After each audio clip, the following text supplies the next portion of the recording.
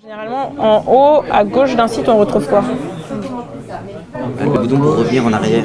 Ouais, le bouton pour revenir en arrière. Et donc, nous, on va vous amener à réfléchir sur une idée par groupe d'une application que vous aimeriez mener. Après, on va vous montrer aussi quel parcours utilisateur il faut penser, parce que une fois qu'on a son application, enfin son idée d'application, on va cibler un public. Le lycée Arago est un lycée numérique depuis plusieurs années, depuis 2016.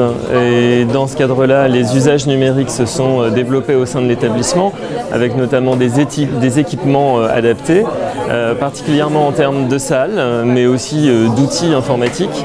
Et une rénovation très récente vient de s'achever, grâce au soutien de la région, bien entendu.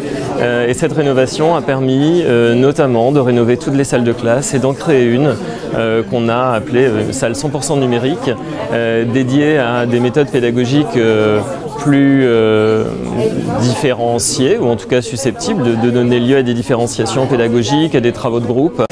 Ici, on a donc à la fois un mobilier mobile, on a également un écran numérique interactif et on a des ordinateurs portables qui sont stockés et qui se rechargent en fait dans une armoire. En fait, il faut qu'il y ait un bouton pour la télécharger. Pour l'instant, le bouton il n'existe pas. Ouais. Déjà, on leur a présenté ce que c'était que la programmation et que le métier de développeur web. Enfin, on a fait une deuxième partie sur les métiers de UX et UI designer.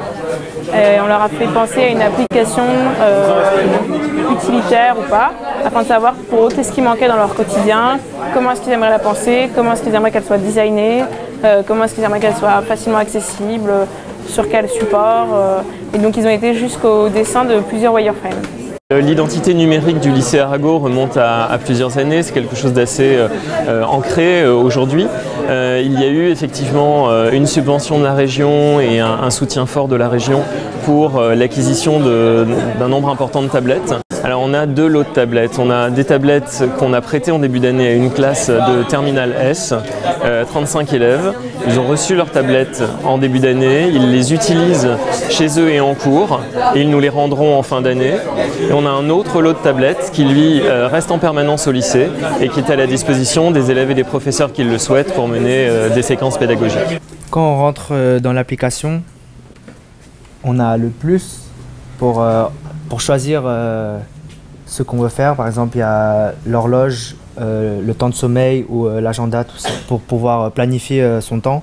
Ça a été insufflé par des chefs d'établissement précédents qui étaient particulièrement sensibles à l'intérêt du numérique dans les usages pédagogiques, mais cette dimension numérique a été partagée depuis par toutes les équipes de direction, très portée également par les équipes pédagogiques, particulièrement mobilisées et impliquées ici, très utilisatrices du numérique. Et donc ce projet initié il y a plusieurs années est toujours d'actualité et continue à être porté par toute la communauté éducative.